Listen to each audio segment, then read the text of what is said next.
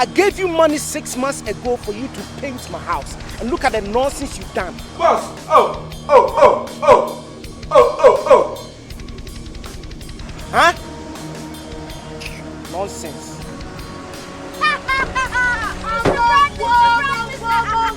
Hey! Where have you been? You know, I came back from London last night. Oh, wow. Yeah. That's nice. Wow. And when did you come back from Germany? I came 3 days ago. And do you know what happened to me, Amankwa? I gave money 6 months ago to somebody, one painter, to paint my house for me. And look at the nonsense he has done. And when I call him, he keeps giving me stories upon stories. You know me. Right. I'm a man of taste. That's my car. That is my beautiful wife. Oh, wow. You see? That is beautiful. Yes.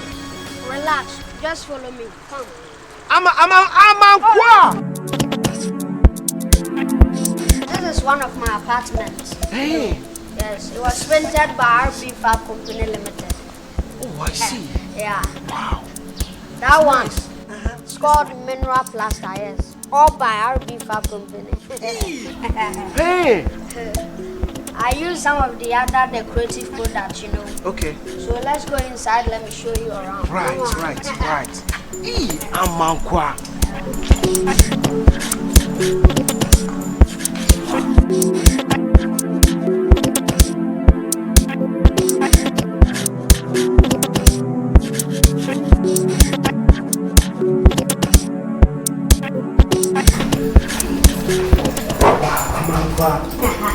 Wow. I love your colors. Yeah. Beautiful colors. We were all done by RB Fab Company Limited. Really? Yeah. And this one is marble paint. This one? Yeah. One of the decorative paints I was talking about. This is beautiful. If you are in the diaspora, just contact the numbers on our screen. Yes, we will get to you. Send some painters there for them to do your job for you. You don't have to come here. If you want exquisite paintings, look nowhere than RB Fab Company Limited.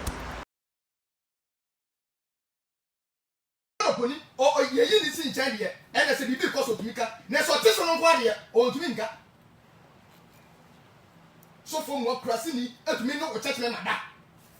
O so la so me sofo. O kan ko pe no ma sisi o kan so no. Ye tese ye moso. Na so ye nyina se so nya be ba ko. Me se be le bi asore ye tutu mo bi antra ne fie. E nyina ye mo e bra. Uwu ana wo ko. Se ye na be ko pa dia, e ye ngu asore bi okrum ha. Because religion, Hebrew for no ko they say Hebrew for no. Hebrew, they don't have religion. No more. Religion, they don't have it. Me ayana me person make asa bibiri. If you say me ni mutina my friend been for some match there. They don't have religion. Me say me ni Israel na kasa di nkomo. Me person me twena na oba. Obeba nso. Me ni ye di nkomo kakra kai, ye di nkomo kakra kakra. Obeba eno me ni di nkomo. Me person me twena da han. Na Ghana fo hu say eno be bu hon ma. New Testament. I read New Testament, Brian. If you are many of them, Cassama, I am before be say, Sabi, or your bossman, now say, or ye be. But Senipe Cassam listen to grow, man. At least listen to the truth. New Testament, errors. I want New Testament in easy. And the Quran proper and friend. Well, no crow that Romans will be a drinker or bit nasi. I was some such a labia. Nasa me the tax bag gumi kom. Nasa me ohro me na ya. Nasa me bomb pen na go betie mi. E na nso ti ni followers. Ana mo di nati. Me wa. Nya me so papa. Ewrade. Asamo. We ka so be ka ma wa hwe obenya BP. Efi se ti mamu fo nko se ya bi se ye ntie. Tete no, ye na nam so yale a okote aban 1 2 no da ma no wawe eno ano ho ato. Ezone obiti ye nya kra board ko ne sofo a won sofo bompan wa nam tie me ya. Sofo oye drugstore. Uni Ukraine asema, uni ni trafie na mon settle.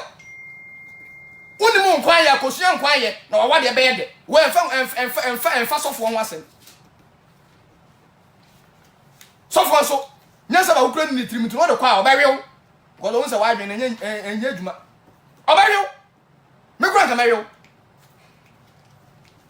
you if you say unu Ukraine asem he awale go group bebrebe nya bibia o asofo kan kroma me tire asofo e fa nkofo yi do kroma na ma nso aso asofo twe bible to water so e preach asa na baba na asore no make sure say woni boy na asore bo kroma no wi omo wi maye na gumu de nya ize where asole enkameda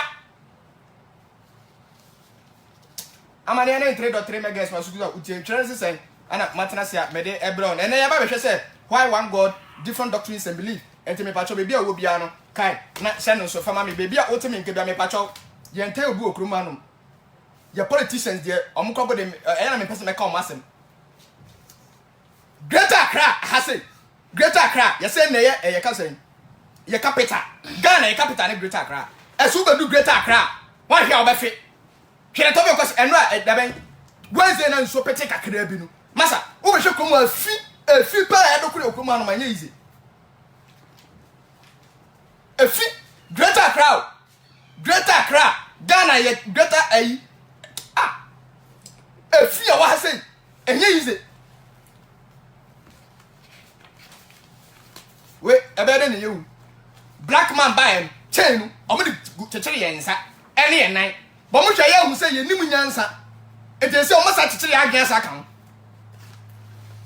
say blacks we don't think yenye ye bedi asa mumbisa government oti aban so ene no mo ba cause say omo fishing 20 years to come 50 years to come omo ni mana omo nim ana yesika na cheso mudi ni nyafunya owo da ho twen nyina bewu amane 93.3 megahertz wa sutu utie channel sen ana matras ya mede ebro na me ka say Paul Man Spiritual and Herbal Center etumi eso yasere emepe metumi abomu gon na oso wotumi ahu de ekoso won sanso na eye bendat deco rental services nkulenu industries enso etumi eso yasere sanso na kisi jewelry omuso etumi ye papa Jovis Lodge and Restaurant omuso etumi abo seat bed pampe ana etumi ede training sen ede ebra o ha se ntino ebe famba na me ko wonchen na me mo akwa aba na bi sa o mapo me wia na edugimedie enka no atoa so ewa mane 3.3 megahertz ede ama eye Abraham Bemose leader and founder of Common Sense Family papa e ofia sanso na eye evangelist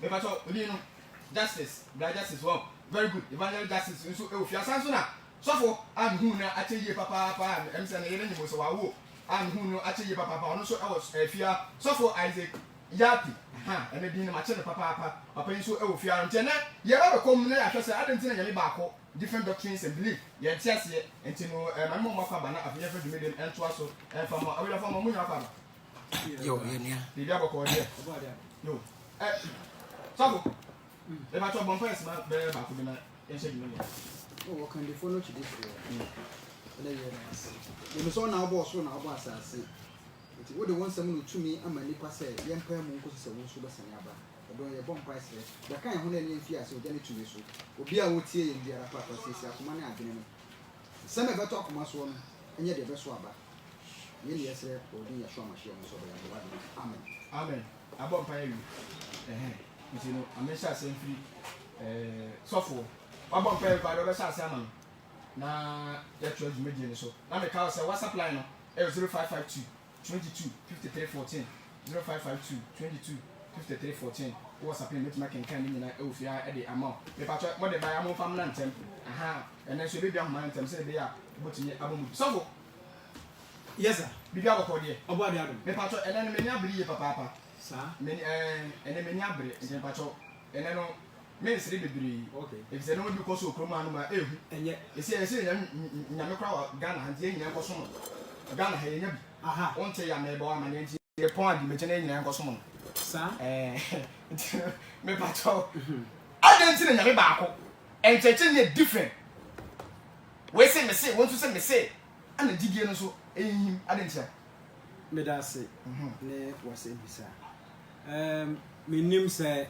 ye kwa no ne se ye kwa 10 minutes 10 minutes me da se wa ma me 10 minutes e denti a onyankopon baako na gidie na akoya hodo na nkyekye akoya hodo me ka na me de ahya asese de enti aba ne saa ne edi kan eye sika ne bre na jan sika ene bre ne to so mienu eye fame se obi beji din ni abo ni din aka se asimesini obintin we no ye we no ye we anu ka ho ana afa nso se ye be papa no ma mienu amikem specifically no ni ma mienu we pa ne de ehu se wuji din ani se wo pe wo hu anya se no ma yinu we ani de nti a ama nyankopon baako na gidie ne nkyerɛkyerɛ no akɔyɛ ahodoɔ emu nkyerɛmu ne sɛn nyankopon baako ne nsɛm ne nkyerɛkyerɛ nyinaa yɛ baako pɛ na sɛ nkyerɛkyerɛ foforɔ bi bɛ bepa ka ho a ɛno yɛ atoro ɛnyɛ no korɛ nada based on sika no a abɛhyɛ hɔ no based on enuonyam na sɛ din a ɔpɛ no ɛno na ama sɛ nneɛma no aba bɛhyɛ hɔ na Ephesians chapter 4 verses number 1 the talking can free hobra down one Ephesians 4:1 down na yɛhwɛ asɛmbisa na obi sɛ ne munti mu yɛhwɛ ne nyina so na ɛyɛ wanwa na ɛya sɛ wan fɛn do nyama amma de ɔbɔ ɔwo a me pato umpenifo wɔ kasa bi ɔmo kan sɛ wanyi wase aya membo no kro no wanyi na ya membo no kro no onyankopon e ba ko pɛ na hwɛ ne nhyehyɛ kinkan bible no Ephesians 4:1 kɔ kinkan sɛ ɔsɛdɛ asafo no nkwa ne bi akoyɛ tie asafo no ne nkwa ɛne ne ba akoyɛ eti sɛ ɛbɛyɛ na onyankopon asafo de esi wɔ no ɛbɛyɛ baako na etuma nya nkwa ɛwɔ no ne di ne mu ntini ɔde ho hyehyɛ to wɔ kinkan bible no enti afei me Ewurade daduani me tumufo sɛ mo nante sɛ de efata fra a nante sɛ de efata fra a onyankopon afrɛ yɛn no ahobrase adwene amen ahobrase adwene ɛne ɔdwo nyina mu wɔdwo tu abodwokyere esunini enti sɛ wo yɛ mfanto hu bia ɛnɛ sɛ wotwa wɔ ne hwɛ wiase ana Ghana yɛ timu yi wo sɔfo bi na oni ahobrase ampatwa wa amane Afrika no so one ɔnyɛ sɔfo onka Kristo asafo ɔse ne baako ne nkwa no because wanya Kristo baako yɛ ɛne ne nkwa no a wode asi wanya pa wa ma ne firi nkwa no ho eti ɔsɔfo onya ho brase ɔnjo na ne kyerɛkyerɛ nso ɛnnam Kristo kwan so no mpatɔ wa ma ne firi ho na ɔsɔfo nkwa na ɔsɔ ɔdwo no nya ho brase leadership by example me am wo akyerɛ minim eti wo a wo kyerɛkyerɛ me no wo na mehwɛ ona me de akɔ eti sɛ mehwɛ sɔfo na ɔdwo a me so medwo leadership by example mpatɔ to asoma me mon kura mo ho ɔdom yɛnsan kura yɛ ho wɔ ɔdom momomode mfa asomdwe mfa asomdwe ahoma nkura honhom biako mu kɔ nipa biako onipa biako ne honhom sɛ de yafrɛ no eti me kura honhom baako ɛna yafrɛ me eti yɛn nyina bɛka yɛn honhom abom ne ayɛ Kristo honhom yɛn na akɔ eti yɛkɔ kan the book of Philippians 9 kinkan ho 2:1 verses 5 no ɔse yɛn ma adwene a wɔ Kristo mu no ɛntena yɛn mu bisara eti sɛ adwene a wɔ me mu na ho a wɔ me mu no ɛne me nua die bɔ a na kyerɛ sɛ yɛne Kristo adwene ne nhyehyɛ na abom ɛne me nua die bɔ a ɛne Kristo adwene ne nhyehyɛ na ayɛ den abom na ama asafo no ne Nyankopɔn ne tirimpo na ayɛ den abam to aso ɛ mo nso momfrɛ anidaso baako mu yɛmfrɛ ɛwɔ nidaso baako mu Awurade baako ɛwɔ ne Awurade baako gyidie baako ɛsubɔ baako na afei ba ne sɛ aha na point ne kɔ no yɛmfrɛ wɔ nidaso baako mu eti nsɛnka me kɔgyina bɔntena me kɔ Nyankopɔn asɛm a me frɛ ma na aba sɛ Onyankopɔn so ɔwɔ nkwagye de ma wo dachi bia eti jai na bra eti wo benya ndira so sɛ Onyankopɔn asɛm ɔde kyerɛ me no ɛno na me de ama wo sɛ mejai na me gyina peme no wo so gyegya ya wo be gyina peme sɛ na me gyina no eti yɛmfrɛ wɔ nidaso mu na yɛhunu sɛ Onyankopɔn baako gyidie baako ɛsobɔ baako na ɛba ne sɛn ɛna nsakyerɛ akɔba wo yɛnkɔhwɛ ade bi wɔ the book of Genesis chapter o de answer no bɛkɔ me sɛ asɛm we mo sɛ gyidie baako ɛsobɔ baako yes ɛne baako Nyankopɔn baako yes na adentina esi a Ghana na wɔnti Ghana den metimi aka sa ɛso ya ba sisi a ɛsu bɔ no nya baako okay Nyankopɔn no nya baako okay didie no nya baako okay e ba ne say because obubu asu opun medawase swimming pool medawase dem adwaya kra idale amanfo de moto ba Ghana ha ye nya ni moto blue no o display so me yan kache so me ebi so de aba entina de entina ba ne say me ba to aha na me ka kire on ebi ya ni ha asofo no bebre wo hɔ no mu a adwuma no mu nyɛ ready so mbɛyɛ na mmom aba ne sɛ yɛ de ahyɛ no presidency bi kɔ so wɔ man mu na yɛ president ɔnya nyɛ ready so obedi president because ɛnyɛ ne tie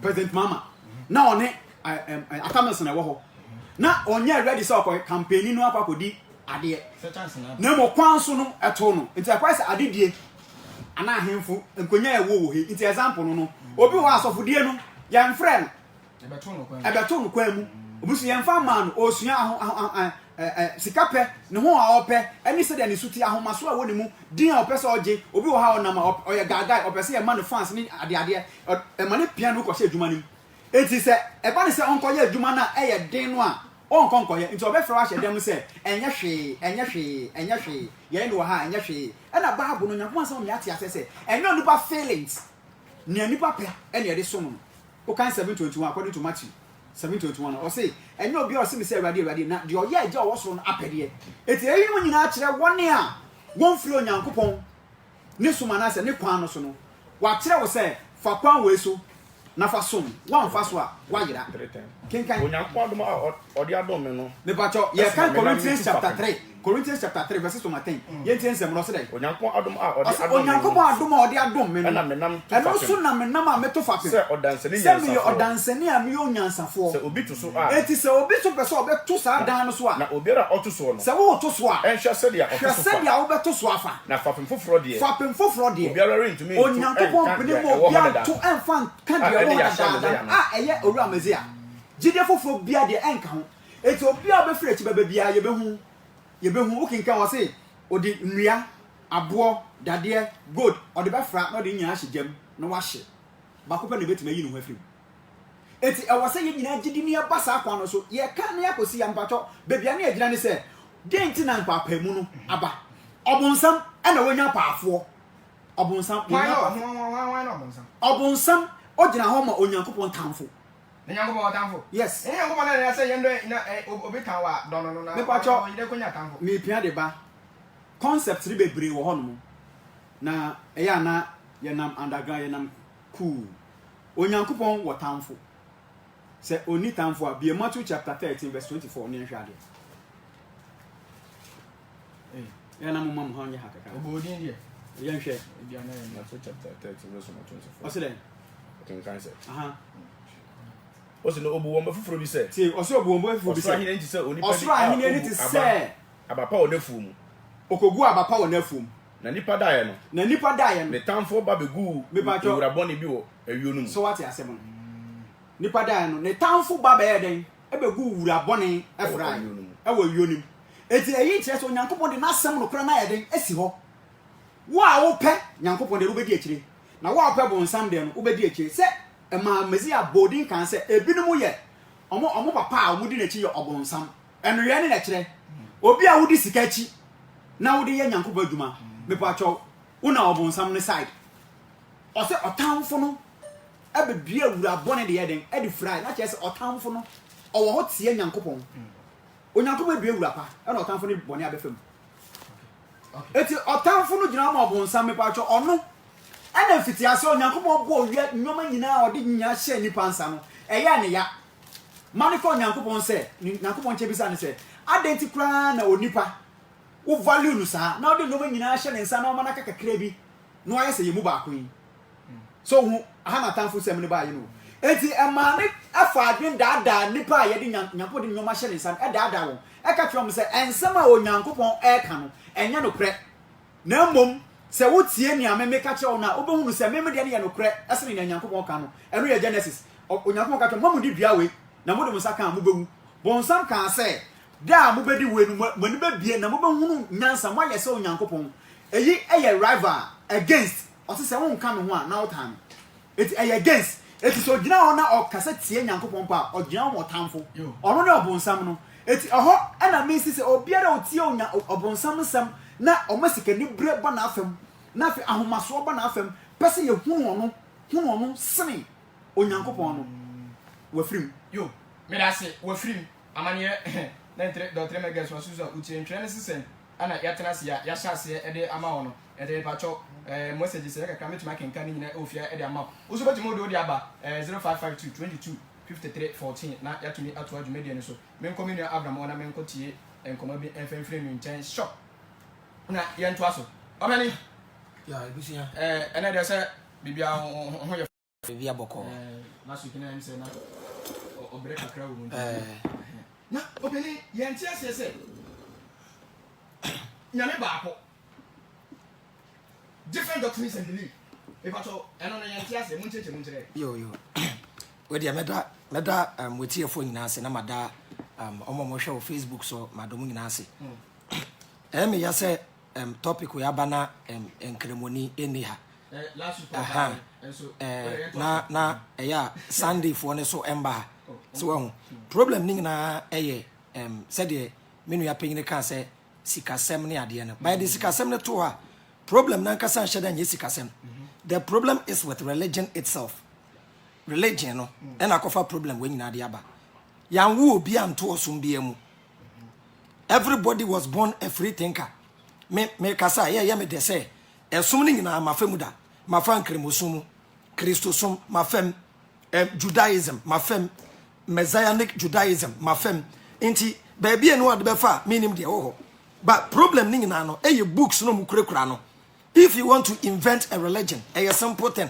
the only a book a prophet and a god say ye nyina be hu nokura ba ko efiri nyankopon a de bia me ka say any god nyame biara ani tumi na wonwade ne nsenkyerene be bia wokasai book mu na hye no sa nyankopon no ni ho otese kwekwa nansi wo hye book mu kwekwa nansi bia nkasa ba yetumi chiro book na kwekwa nansi kasa wo book nim nyankopon bia ndi ho a oyi ne ho kire obi kasa kire no the only way a nyankopon sa wo som a ye nyina be hu ne say nyankopon minim ni pa wa stop ne say onye kom e ma ne nkasa nyankopon de na no bete soro ho no aka say ewiase ni pa nyina nko Pentecost wa anka tu ntwai any ekrekre books edi books ne kontokwa Ephesians chapter 4 verse 5 ye nua panyin ni kotu no osimantie urade asem Ephesians 4:5 nya nyankopon asem eye Paul na ekasa no Paul no kura kasa urade baako gidie baako esu baako no Paul ono di problem kura bere Christopher Bible no bu kura no mema enkremofo kutom nyankopon omo heaven me dabrabi esno Allah nkyerɛkyerɛ ena esno Yahweh nkyerɛkyerɛ ena esno Christopher nyankopon miensa eso nkyerɛkyerɛ intanya nkyerɛkyerɛ baako Yahweh wodi gidie ne nkyerɛkyerɛ Allah wodi gidie ne nkyerɛkyerɛ enkremofo omu gidie no eye different enti nkremofo nkyerɛkyerɛ ne kyerɛ sɛ wo ye kristoni wan bedwani nkremosom angie antum sɛ Prophet Muhammad is the last prophet na wangie and said the Quran is divine na wangie nkremosom anye sala omo obunsam jebi a wobekom enti according to Islam a Christopher nyina ebekọ sa abunsam janim according to Islam wangie Allah and the Prophet Muhammad antumu a uba Christopher mu a Christopher say wo bo wo bra kronkron se mehe wo hu te se mehe na wangie Yesu eni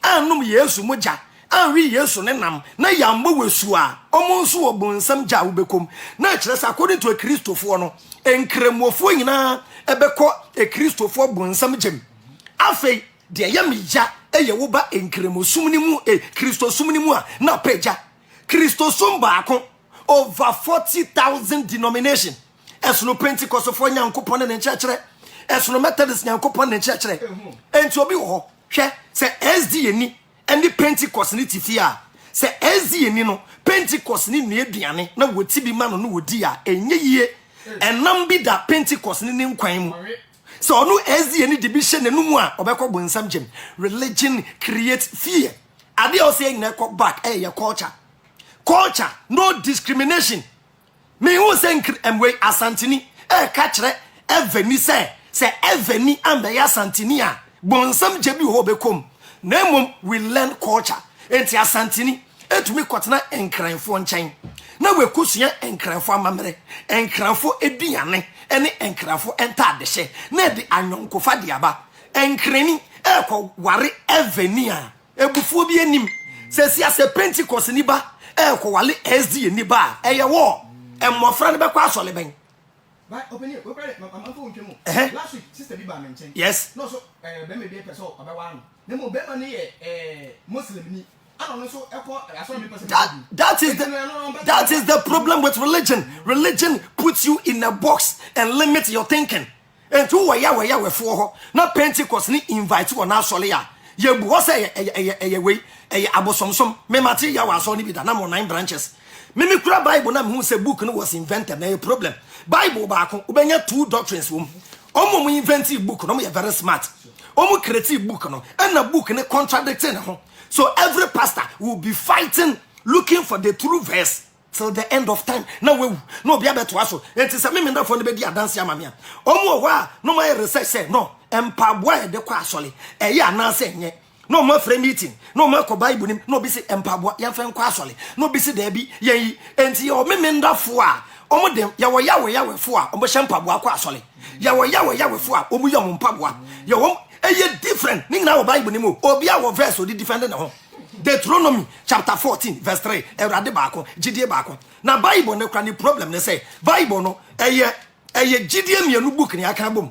gidie mienu won say yamfa Quran no ambetale Bible nechi anka be ye gidie miensa na say Old Testament e won en church ne ne fapem and na new na betale echi with different belief na che say Nyankopon no wo som bi wo Old Testament and na nhehye ya bem e wo new ye wo mo still omo gina old ye jiwfo no omo si new no teto twene na nka ho also te Ghana the new natale ho enti old no emre bi ne hwe asole a omo hwe prekonam omo hwe akrante me na mekuta san chekere no adapa metwa akrante pa nye yize eni kan Deuteronomy 14:3 Deuteronomy mepe wo eyam asofo no eyomu nya adaje wo na nka omo ngi misidi ebra na me ye pastor Ali no no muntie me teachings any 8 kingdoms me teaching me 8 kingdoms me the book of Daniel and Revelation with all due respect me minimum be organa ha or to make sure the prophecy of Daniel and Revelation e chain me that ebi ni ho seven de America seven de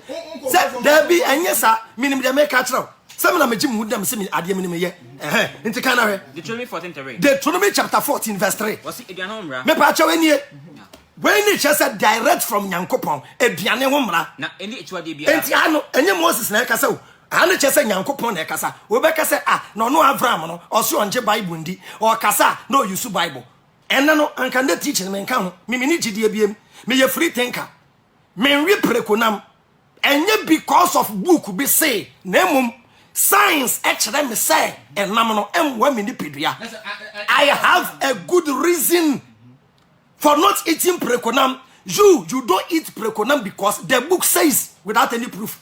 Or baby, okuma yafi. Ubi say edienti na asole amoko no. Mo katabutia. Me sofo say onim dienti. Onim dienti sofo Bible na say eno de ayesa enti aka na we. Endi etuade bia. Enti ano Nyankopon according to Bible no. Nyankopon se me ndi echiwade. Wenum ne mu amunie. Nentwie. Enti Bible ne so ba we na ma we nentwie. Odwanten. Eni abrechire. Ofrotie. Eni adoa.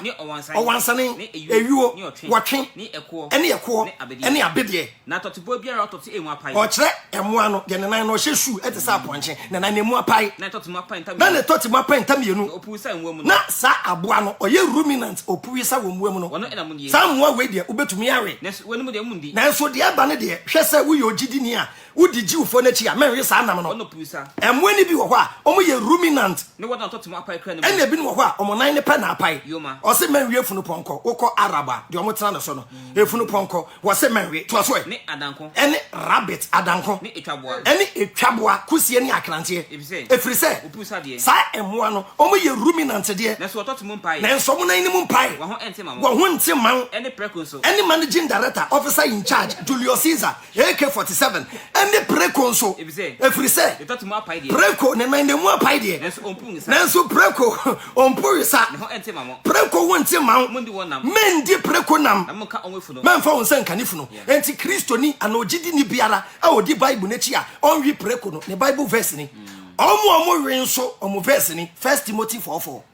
1 Timothy 4:4. Oh, dear member, I know be an investor. 1 Timothy 4:4. Answer baba ho. Na ojin di say, e bia na samoa na yese me yan e bia na enye ma ni pedua.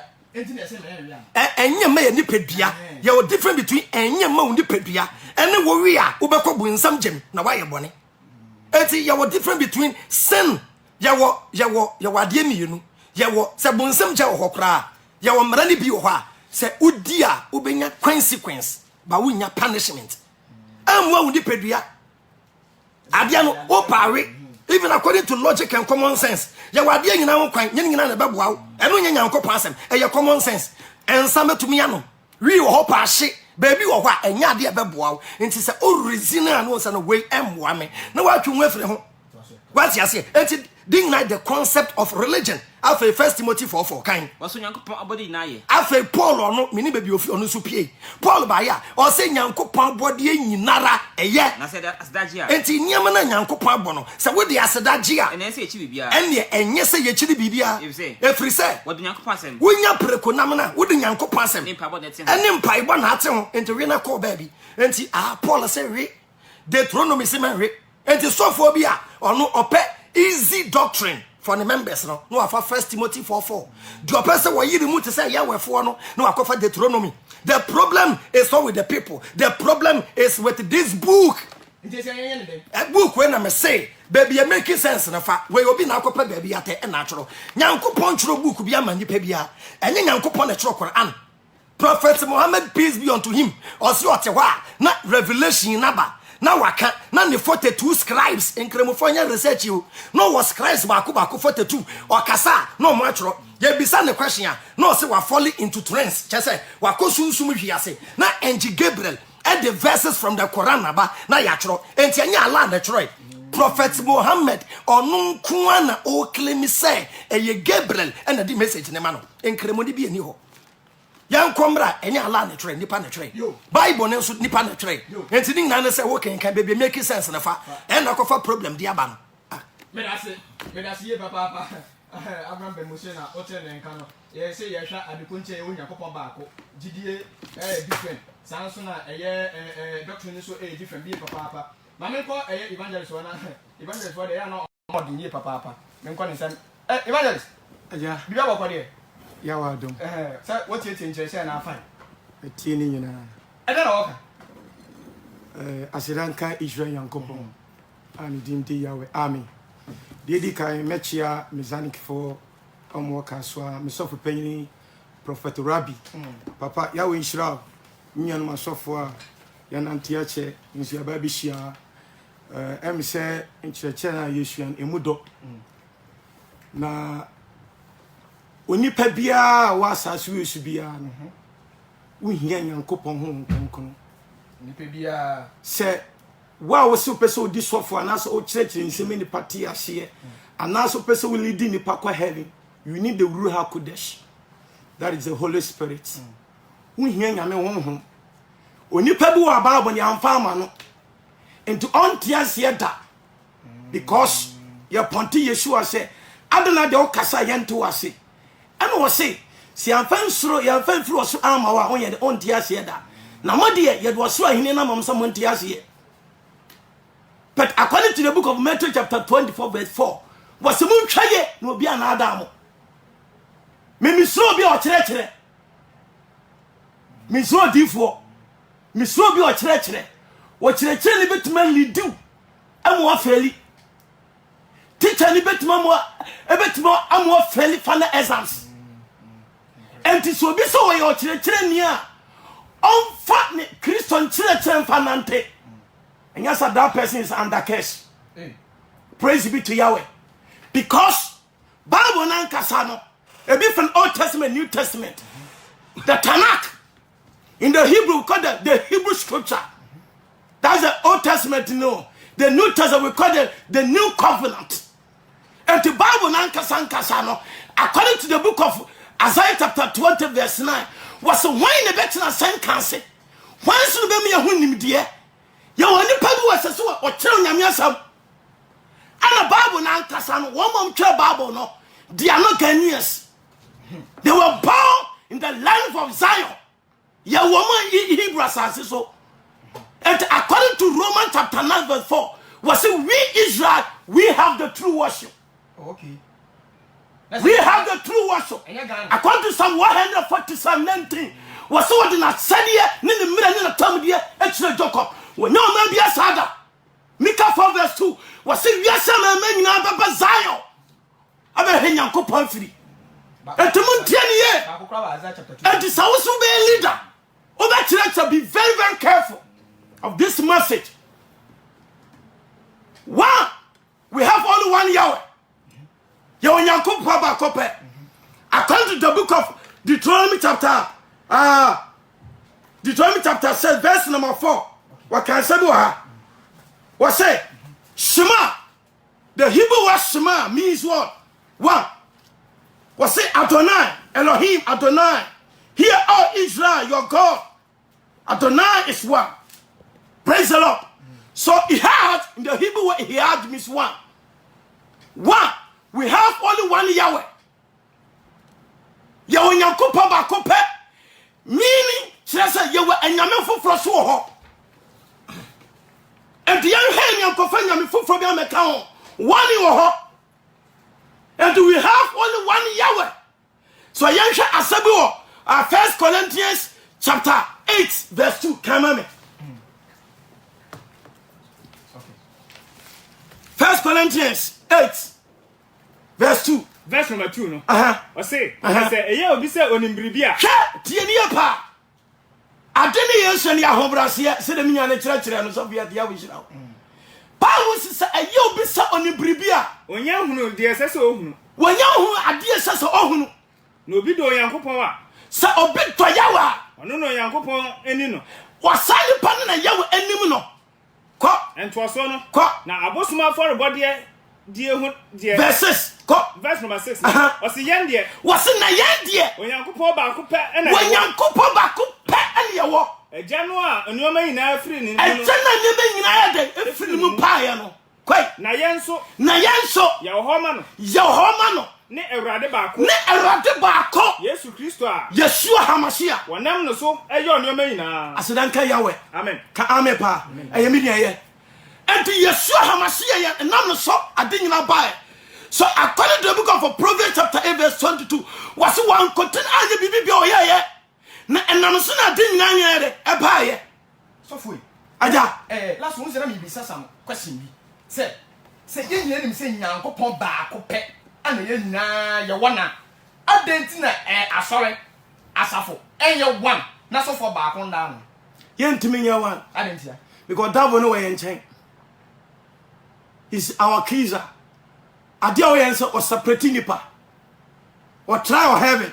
Say go best separate Yahweh from angels. And the so far as say you turn about the Bible kase munue akwana ba yen. Now after no obe dri nipa nkasa.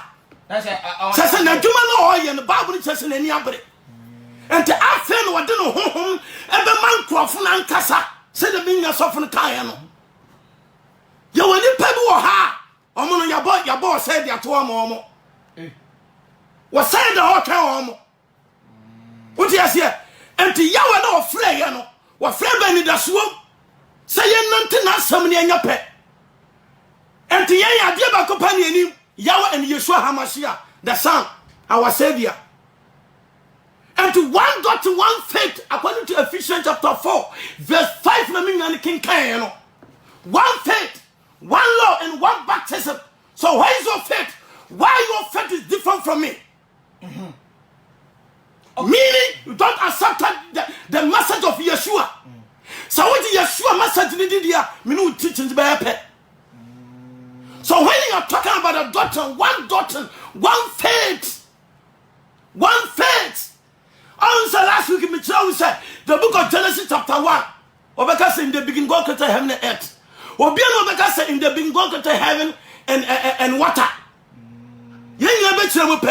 And the message Yeshua did just your phone. Some message no me nan teye. Yam tiba bi say e rompa gwana say we mfa nipa nkonkwagie. And now we mfa nipa nkonkwagie. Nam one here be so nipa dia. I'm telling you. One here be yale. Ebola efi enam ya wonama ho do bebra empa enam kura babu akase ehon tekwa so one heni ye na wo wi no rofo ubenya yare and you die before your age. And so according to Ecclesiastes 7:17 was it do not be wicked or fool. Why do that all time?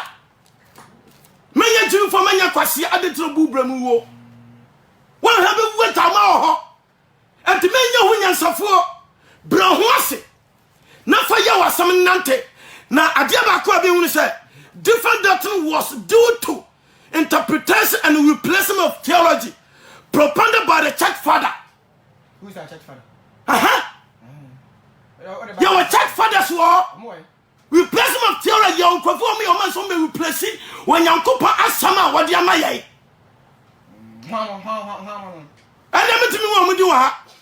Hey, so soon I want to be back. As a castle Yansam, because I say Yansam of a winter. Hey, and yes, I'm Srobia, but you're the Yansan Casa. I gave you money 6 months ago for you to paint my house. And look at the nonsense you've done. boss. Oh. Huh? Nonsense.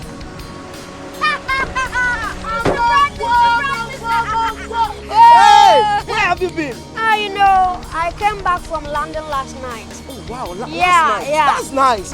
And you, when did you come back from Germany? I came 3 days ago. And do you know what happened to me, Amankwa?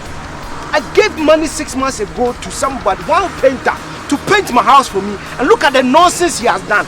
And when I call him, he keeps giving me stories upon stories. You know me. Right. I'm a man of taste.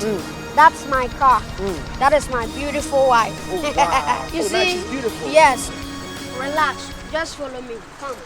Amankwa! This is one of my apartments. Hey. Yes, it was painted by RB Fab Company Limited. Oh, I see. Yeah. Wow. That one. It's called Mineral Plaster, yes. All by RB Fab Company. Hey. I use some of the other decorative products, you know. Okay. So let's go inside. Let me show you around. Right.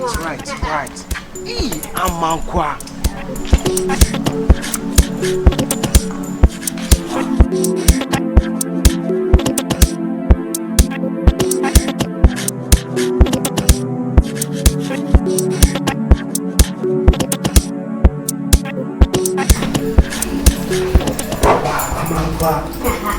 Wow. I love the colors. Yeah. Beautiful colors. They were all done by RB Fab Company Limited. Really? Yeah. This one is marble paint. Which one? This one? Yeah. One of the decorative paints I was talking about. This is beautiful. If you are in the diaspora, just contact the numbers on our screen. Yes, we will get to you. Send some painters there for them to do your job for you. You don't have to come here. If you want exquisite paintings, look nowhere than RB Fab Company Limited. Your church fathers were replacement of theory. Your perform your man some replace it when you couple asama what you may. And let me tell you what we do. Hey, so soon I want to be back. As a castle Yansam, because I say Yansam of a winter.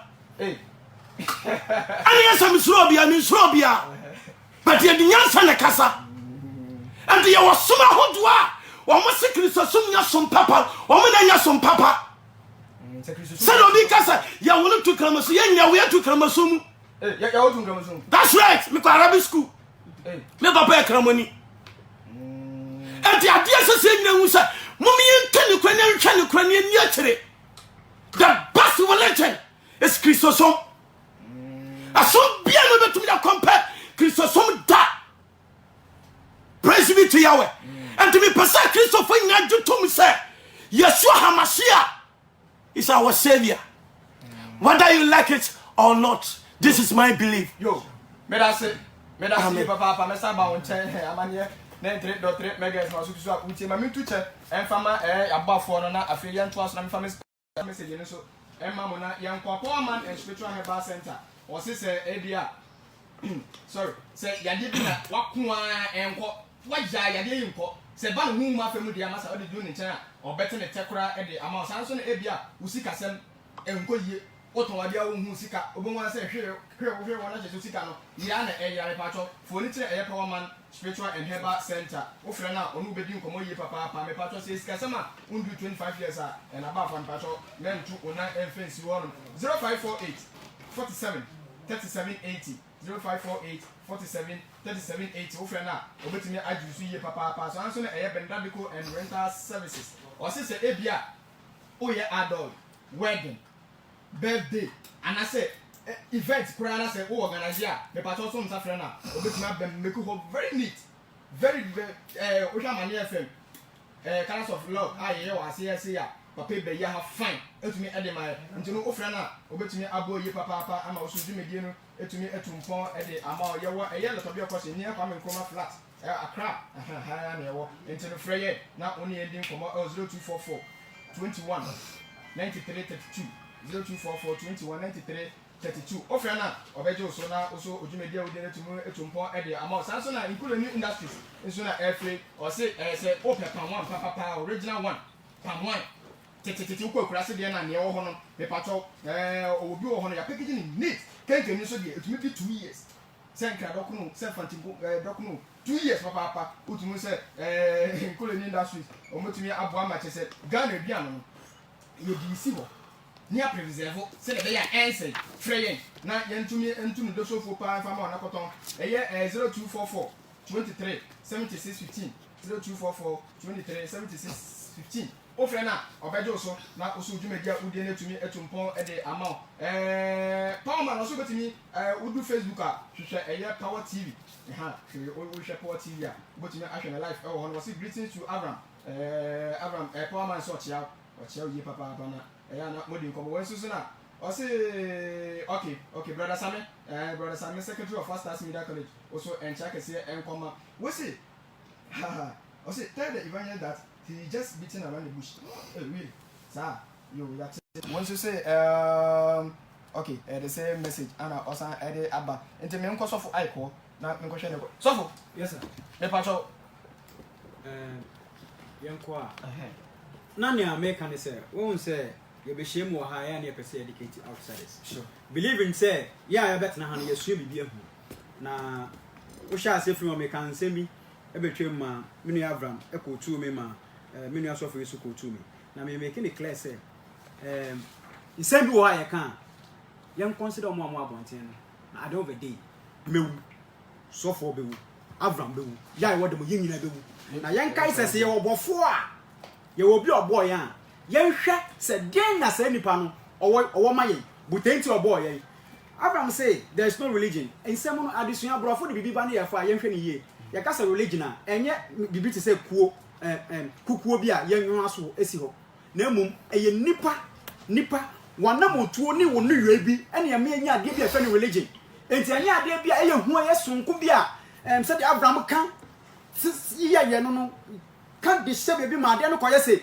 biribi bia eye hu a ekum nipa owiase religion does not kill enya ade bia eye hu menu Abraham hwe no nti ase ye pass ase na me ka say religion is something a wo believe na wo ti ase na wo gitum simple as that na okasa no kotu say even science approve meaning he believes in science so science can be na wo ti ase na wo gitum a religion senya sa yan define religion yen bia dictionary access yan kan religion it is a noun yen reading en hwe ade a wugidi either in this thing our friends ade we me God what we doing and I'm believing it something I'm doing the thing me ye bibia according to the likeness of ade no that is what we call religion so ye ka say religion no ahwe omo ya abrofo no mo tu omo di din ba say religion no wo de yemfa matwi mu ye ka say religion wo twi ma eden yem mo din religion twi ma eden religion twi eden ade ado wakoma wadwene ema wodo wakoma no wadwema bibia religion it is all want ase o one way a me pacho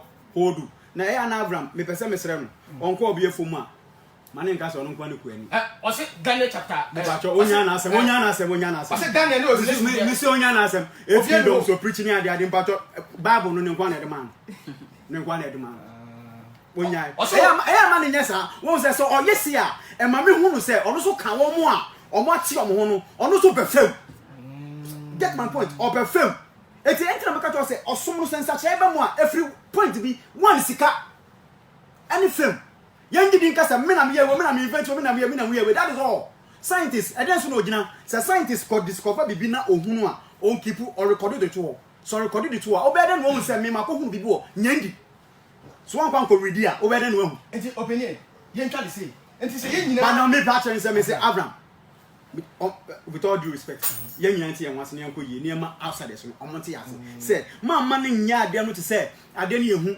that there are other people out there dying there is a God Abraham believe o say onyankopon wo ho there is a God Abraham believe believe say obere me bacha yamba onyankopon da ball no yamba o de mo wi na o ba so e ba na pass onipa bi anya say the case evolution say de bon na o fi na ba ye say nipa ni wa sa de we emma say nipa ni wa pen emma na nipa so firi obi na ye obi e na obi aye obi na obi aye obi eti Abraham o believe say nyankopon bi wo ho na say nyankopon o hia say obi emma no respect jetum say me na me ye wo na say respect na ntiase a wo nyama say nipa no e yo so yes na one for na wo oba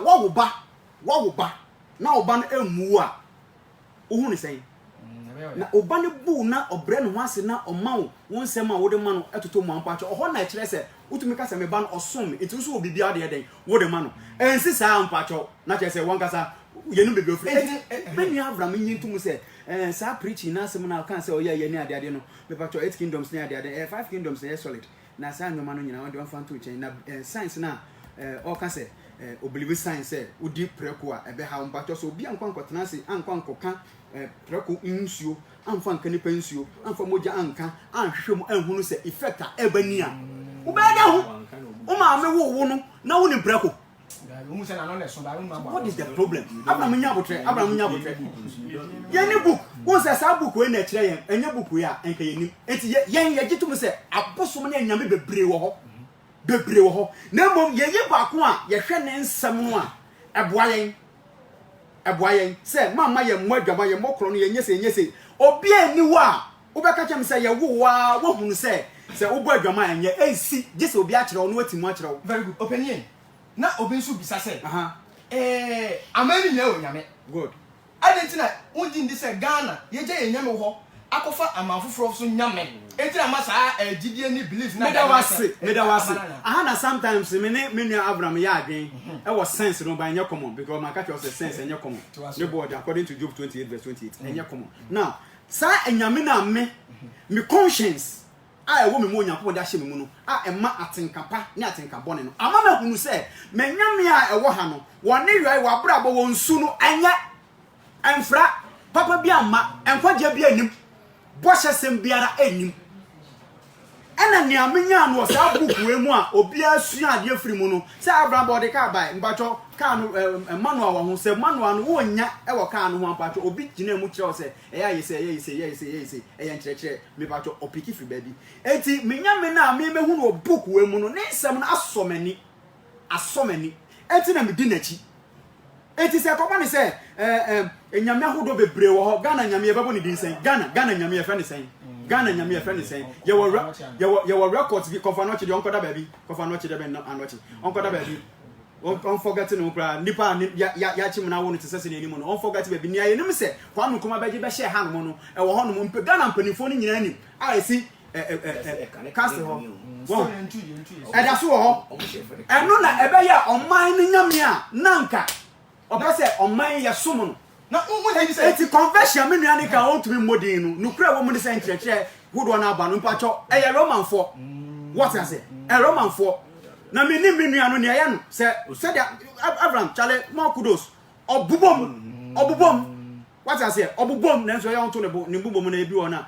bobi na ka say Roman for no ma tempo Bible no Abraham nim oya wo say Bible no eye genuine ka onyankopon asem aya no kura wo ho ba ebinim pese omo sei onyankopon no onyankopon ka se obonsam ata onyankopon atamfo a oyo obonsam ono no ko wura ebinim e na mo yes adwuma no sans ma make nyina Abraham nim e na ye me ya Abraham hu no ba me gusu bompa ya Abraham say ba dey fan san oh serious serious pa because oil nane person osua de onimunoma eti se de anoma no omodo mo sake kan Bible no ma ye ni nyina no obonsam influence ne pushes na ama na aba ne sa enti so for Bible we a me for Bible minim errors e wo mu nyina every test by test minim ni nyina enti du be bi na say error me hu say obonsam no de ne saka enti be obonsam de na saka no me mind because the original versions ni ade no mpato hye ho enti me pray me saka onyankwa asem ye wampe jabonai papa na abenya nkwa that is so Africa pushes ni count me da say hwa onim ba ko bi onim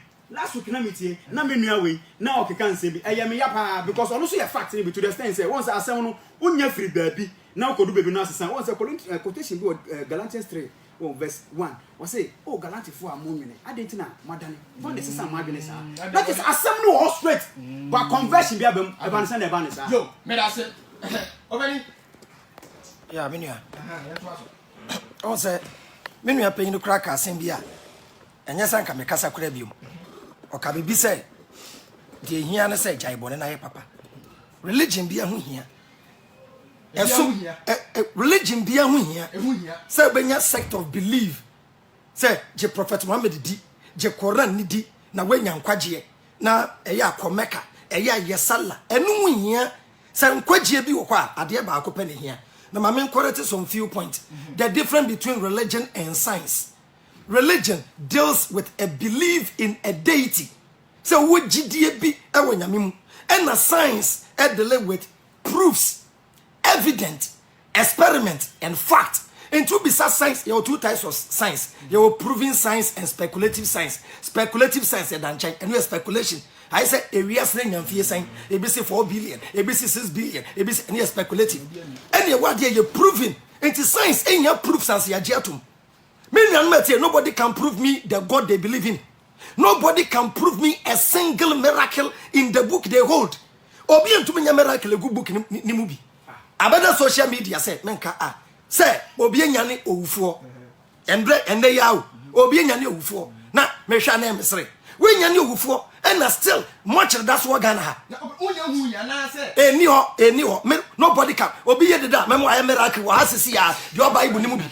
And me chiwa na my mom miracle example na why yes ni yakọ ma me nsanchere me nua penkra ka say enam wie emfa nkwaje ho mesre Bible no yenhwe mu yie Isaiah 66:15 HS o wi preko na ma wo behye Isaiah 66:15 ehye ho enti doctrine eba na omudi ehu atachi say when just a doctrine we antumu a say na beba ma me come point so we don't need any religion. You don't need to say enkwaje ne heaven wo ha me Abraham me ne common sense for nyina bekobi onim de ntia ma kire say ye with the good inclination and the evil inclination. Common sense is the sense of good judgment. There wadwen ya adwen no ye wo de kire say this is the right thing ye no mutifie na obi twi adwale a eduru wusi etwi wo de ka eye tua memfo beyere oni oba wo ha de no kure kire no hwe wo ma wo ya oman ba tua wo tax. Simple logic and reasoning. Me do Bible na ba be kire. Say wo pe nkwaje a nkwaje ye something simple. Me Jesus boss na nkasa kasa. Well, I disprove people's belief system with their own books. Ahati Matthew chapter 19 verse 16 kan emi. Was it down kwan? Heaven na mo pa ko na no ani down kwan kan.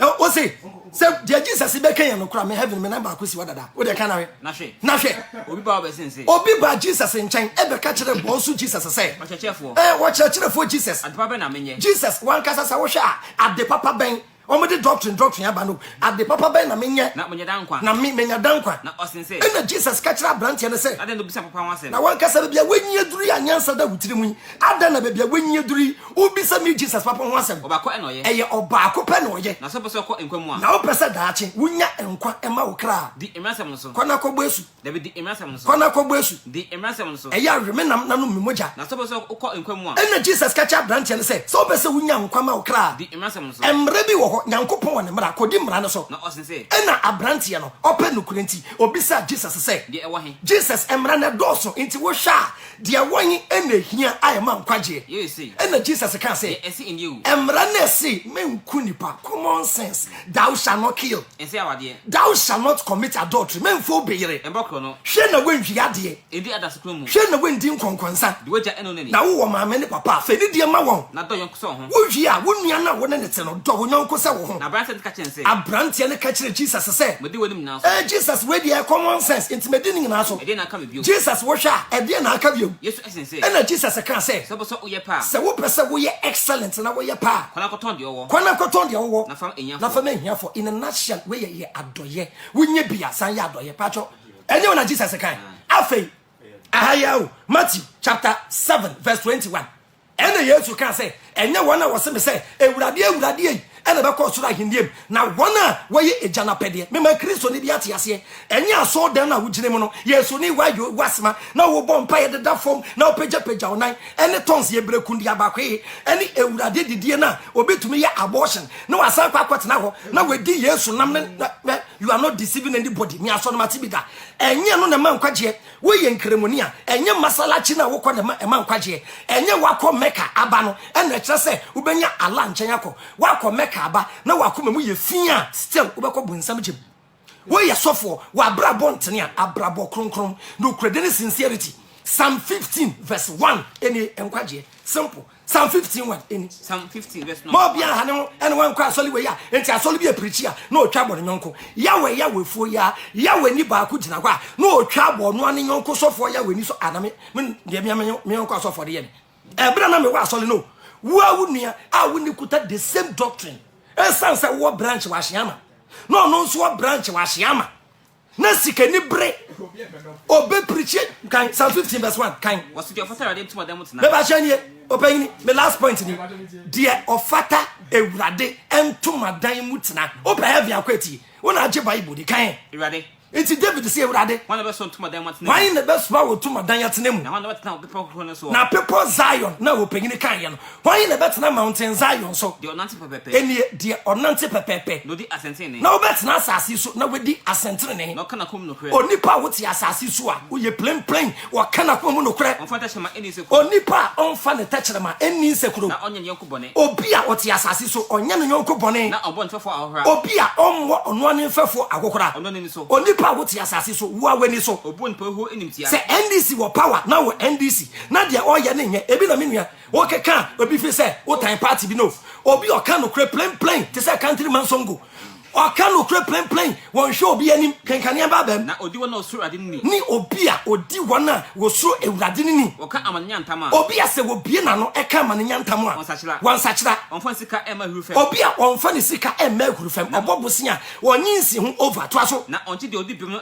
ademudie obi a onje bribe ewo innocent person chain na de oye wenum no onipa biara a wo betena asase so na waye wenum no wori hihimu adada ene na asole ma wa brabo ho nti do wunua simple asa asem bi hye asem o kan so se den ne asore no wo so se won be tuma tena metuma dan mu enya asore asem na me kire senti metuma dan ne mu no ye hefa nipa bia ne aso dan no yankopon si dan yankopon onti aso dan ya yesim yankopon ti nipa bia no oh God lives in me the ultimate mu no also sing the wo wi ase simple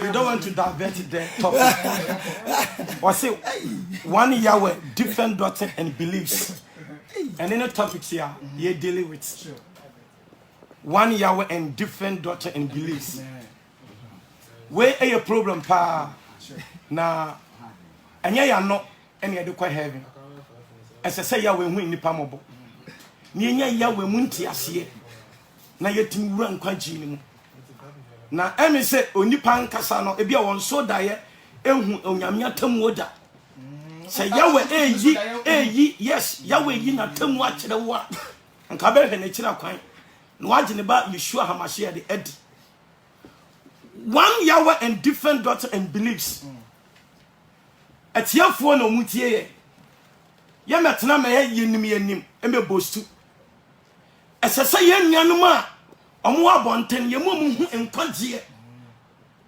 yes Yahweh hold us. So according to the book of Jeremiah 23 wasi asofo mu nie mo amabomi nwa hete mi anka se meboaboam mi nwan ano. So according to Psalm 56 kan wasi gather my people for me for those who have the covenant with Yahweh mumu ama hote fo anu mame wan one Yahweh wa pam onam afale boss ni wa pam ni pa bebre o Ghana ha ana wiase ye omne Yahweh wa pam ebisu ni Yahweh eni apam na pam ne sen ubedi na shadia no so now ne Yahweh akọ covenant dinka no ano no me bagino anya no ano no because I asam no edin ani asam na nante eye Kristo ni asam no etu fa na asam na gini dia wo nkwagye na me ma atiefo nyina atiase ahun se mo me hwe nkwagye akiri kwan according to Psalm 34 verse 12 I think 12 verse 34 was when na hwehwe nkwa no pese wo yede ohunu nyinche Miniano, I am quadrant ya yɛni asa yɛbɛto mfuturo agu obi ani na mun ɛyɛ gyidie baako pɛ na sase yɛwɔ sɛ me ne nuanom ɛwɔ one yawe ɛwɔ one yeshua dia na sɛ obi soso wɔ different name awɔ gyidie a yɛnsɛn paibɔ ma no na yɛnkɔ akɔntere pa ma no efi sɛ Bible sɛ enipa ne bi adwene durusum Satan afa nipa bi adwene na mu enti esese yehun se ye wo gidie baako pe asa gidie one ne Yeshua ye wo Bible baako pe so obi kofa different Bible bi pa ye ne baby ofa firiye if so Paul ma one say so obi de enwoma foforo a ye nka ho asam ebram a mo obi anya den anyuntum enti obi kofa different belief sanya me no Christian no wo ma mo kira book kwan eye ordinary book bi a me nua ehu sister bi catch them say me ma dansidie atiefo muntie obi te Bible kumase akọ toilet aye ye nyanum a omo nji Kristoni no ama toilet o te Bible no kọ toilet no me se ni o say abrante bi so se ete Bible edi chichiri wi na bombu bi afana no na me ma Ghana fo atiese hu say Bible ye de hon konko na twerɛ ye wase atwerɛ nyina fro Nyankopɔn home mu ehu Bible hu pa enti atilefo one believe say ni anyi Bible ni anyi Kristo ni ye won kwaje amen me da se 0303 974 263 0303 974 263 0303 974 263 na waba so some wana oribia to aso na mu no 0303 0303 974 263 kuti afre na waba so na ase bomb bi afana me ka to bi lo bata fi hello odi lo bata fi wa do evangelist Christian video oh obeni bi ya baba there metia mejapo a awo studio ni na ade tito pata ai ko jana pa okay Abraham can send me or look at the 19 there obi ko Yesu ko ka che se obey de no nya dan kwa obi so ko Yesu ko bi da ne se na de no nya dan kwa e wo John chapter 3 o ka so wo su the person obi ko ne say I was don chapter verse 51 obi do me say the best thing nya dan kwa Yesu ka che se uti no na wo no wo ja obi nya kwa enti ye ka salvation a enti na ade ba akoso okay Papa no can go one them no. If salvation no phone to salvation, I group process. I dey on to be. Okay. If you be na go one ko na can papa but at the end of the day what the and now so was soon do the no I dey the machine drive. No be there over to that and condition of buy la for so. Yo, what if you want to verse 1? Yo, and you know Ghana for enti no yan fa Israel for Bible nko mo na enyina yanko back to parliament almost bibi wo hono yanko fan odi be do kaza fi eh quotation man oh masaka say o yero mboko odi na me ado mboko tawo eh o da to asuma mi and pastor no ka je wa e muslim na no o atamba ko ka ni ya ma Abraham pastor say oh 1 minute okay nyame so bi ni ho je Kristo Oma no quotation back on. I am meeting and no car say, let me take my religion. Okay. One.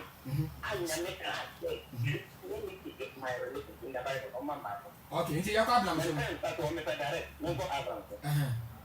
Abraham, wow, no which one, no case. What you say? What is book? No, we need to cook now. Now, one book now, we need to do one, and I know what to do when I made it up to wrong. I don't know my example be there. We put a license, a fake document, and a police action. Which was also called that. Because you know, fake document, license, and the know they approve the action. The person is the police is doing. No, the record put a license and a fake that. The license and the continue on open the license and the action. This is what the original license and not able to go wrong one and because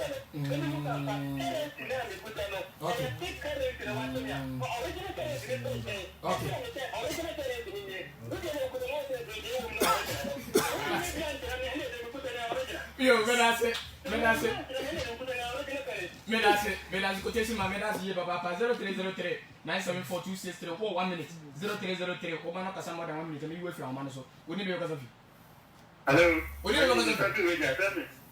Is that a apologize? So, and now I'm checking on Penfono, Abraham is me, and in Kakaba, so when he is teaching. Now, Ukrainian and India, Suno, Yamaka, Petas, when what is in the fair. Yankupono by no your shop on Kano correct. What's it? It's Yankupono by your shop on Kano correct. Anything and the TV phone now to I have some water. Oh, if you hear me say 1+1. I think that Christianity and Casano, actually, nothing for it. Actually, looking for it. Now, let's say, Yankupono by your body, you know, I'm a body. I know Yami, how it is that to Yami. Nanyami or body and say on the body, I didn't see what you see the cool defect. Get on one only in for you. I think I'm not bad. I am passing and coupon. You, don't go. Medasi, 1 minute into my fast Yaman 0303 97426 0303 97426 1 minute into Baswa. Now I need to Eddie Amami Ewo Honum. Aha, who did you go?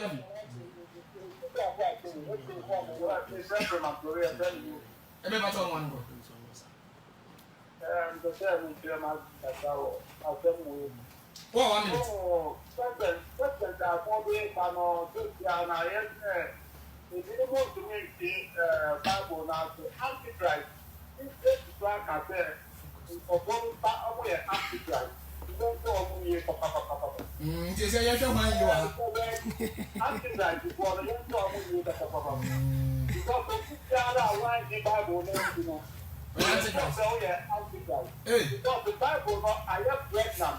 I have to tell I was so bad over the side to buy. All that time I'm already with 1 year extra about and to the whole Bible out there.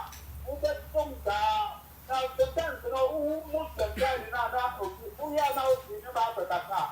Sometimes you don't want to watch the product for that to start the room. But that's all that from being a football and be. No one down the life of you. It's the boy down for that. Medasi, if you don't like a moment. Saturday, Friday, this afternoon,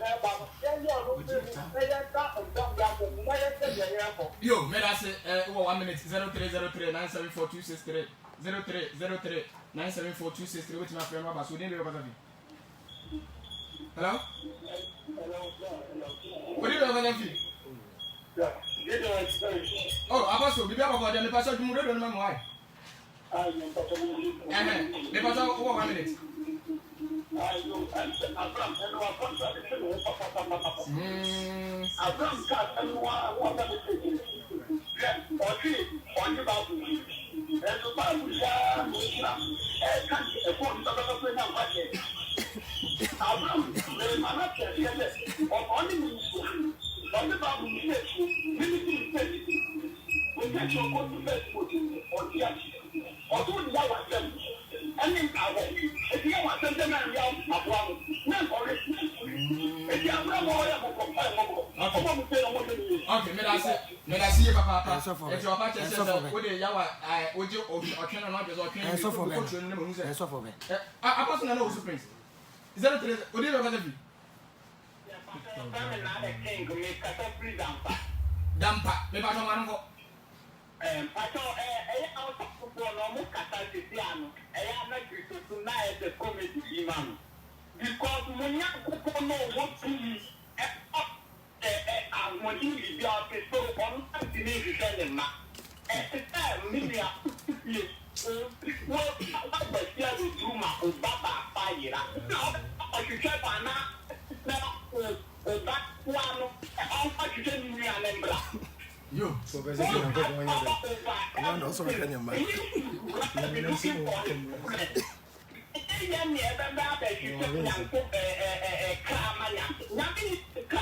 remember that.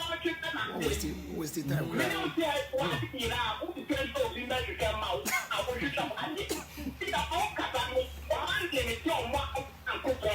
Yo, medase. Yo, medase.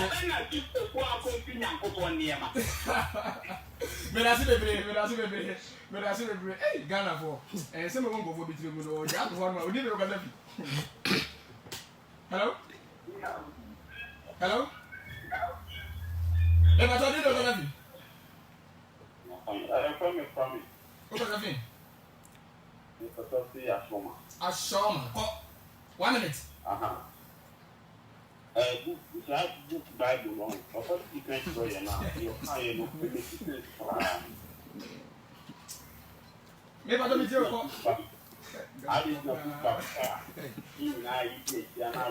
Radio Juma pa ya botro.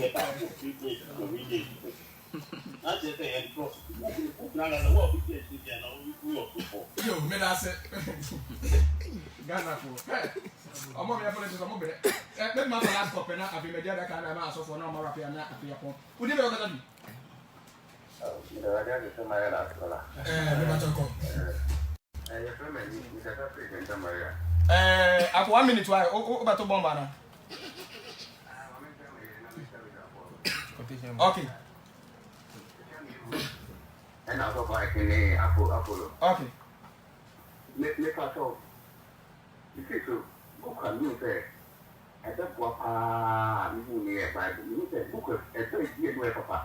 Now come and get into a more life. All the soon, I'm going to come over and book on the Sumona. I compare the Bible and get Quran and come in.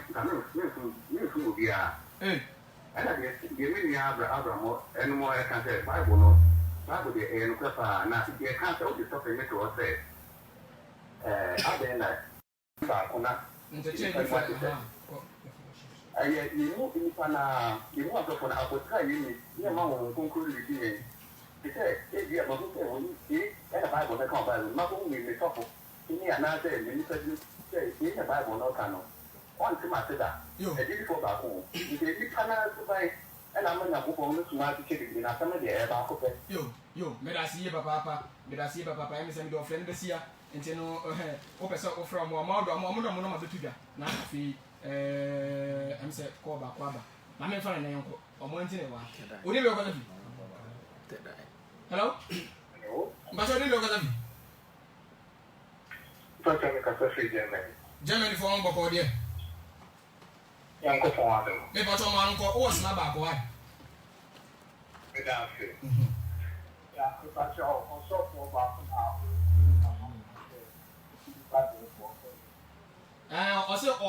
or see a fun him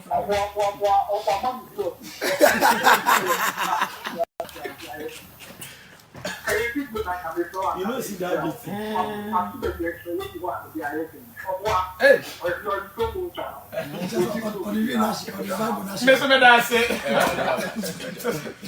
okay, any friend Bessia, any friend Bessia.